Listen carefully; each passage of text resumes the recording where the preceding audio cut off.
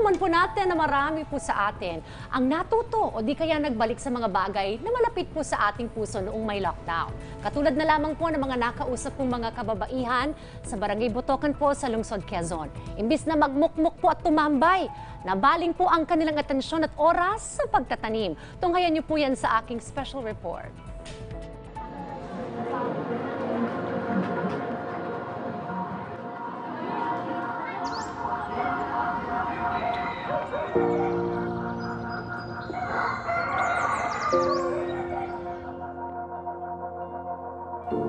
Ang pagsisikap na makaahon mula sa kahirapan at makaalis sa kinagisnan nilang paligid. Ilan lang yan sa nagtulak sa grupo ng mga ina sa Barangay Botocan para siguradong mapagyabong at mapagbunga nila ang kanilang pagsisikap.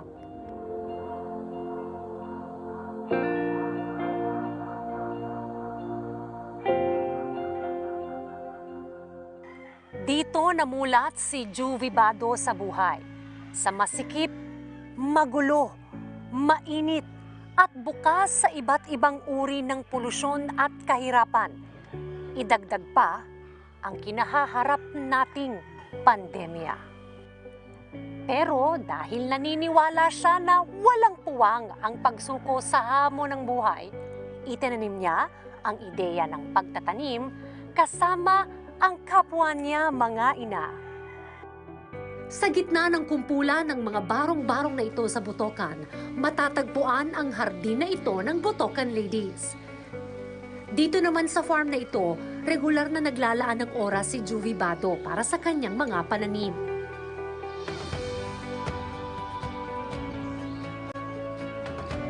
Hello! Ikaw ba si Ate Juvie? Ay, ma, good morning po. Dayan po, talaga namang alagang-alaga mo ang Yes, mga ma. anak. Parang anak din namin yan. Parang anak na rin. Yes, na ma. laging Kung ano yung binabantayan. pag-aalaga ng mga anak, siya rin ang alaga namin sa mga halaman namin. Ako gusto ko pang makita yung mga iba pong halaman dito. Sige, ma, mandun po, ma. Tara, Ate Juvie! Hi, ma. Welcome sa aming garden, sa Video Mom's Garden. Ang ganda, ang daming tanim. Nang pumutok ang pandemya, isa si Juvie sa mga nahilig sa urban gardening sa kanilang barangay. Nakapagtanim sila rito ng mga makakaing gulay at prutas at maging ornamental plants na nakatutulong para mas maging maaliwalas ang kanilang kapaligiran. Ate Juvie, anong nagtulak sa'yo para simulan yung pagtatanim? Sumali po ako sa urban farming, sa Fruto Initiative sa aming barangay. So ano yung naging mga benepisyo ninyo at ng mga kapwa mo mamshis? Ang naging benefits po namin, dahil sa, di ba, nawalan nga po kami ng trabaho. Ang urban farming namin, dito na kami kumukuha ng kakainin namin sa araw-araw. Umaga, tanghalian, hapunan, Yes, dito na? ma'am. Opo, dito rin po. May patola kami, ginagawa naming torta na may halong itlog, tapos yung malunggay. Namulat din ang Botocan Ladies sa kahalagahan ng pagre-recycle. Dahil rito at sa labis na sidhi nila sa pagtatanim, umuusbong na ngayon ang isang mayabong na hardin sa gitna ng madumi at masikip na lugar. Salamat sa bayanihan ng Botocan Ladies.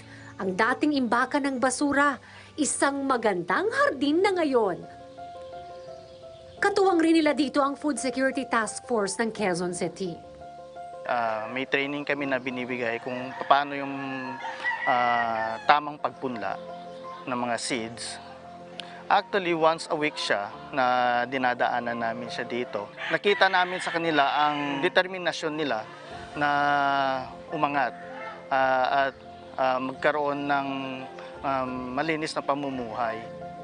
Natural na sa grupo ang kooperasyon at pagkakaisa, kaya naman naging mas madali para kay Juvie na pamunuan ang gulayan. Paano toka ninyo sa pag-aalaga dito sa farm? Yung mga membership po, bali alternate.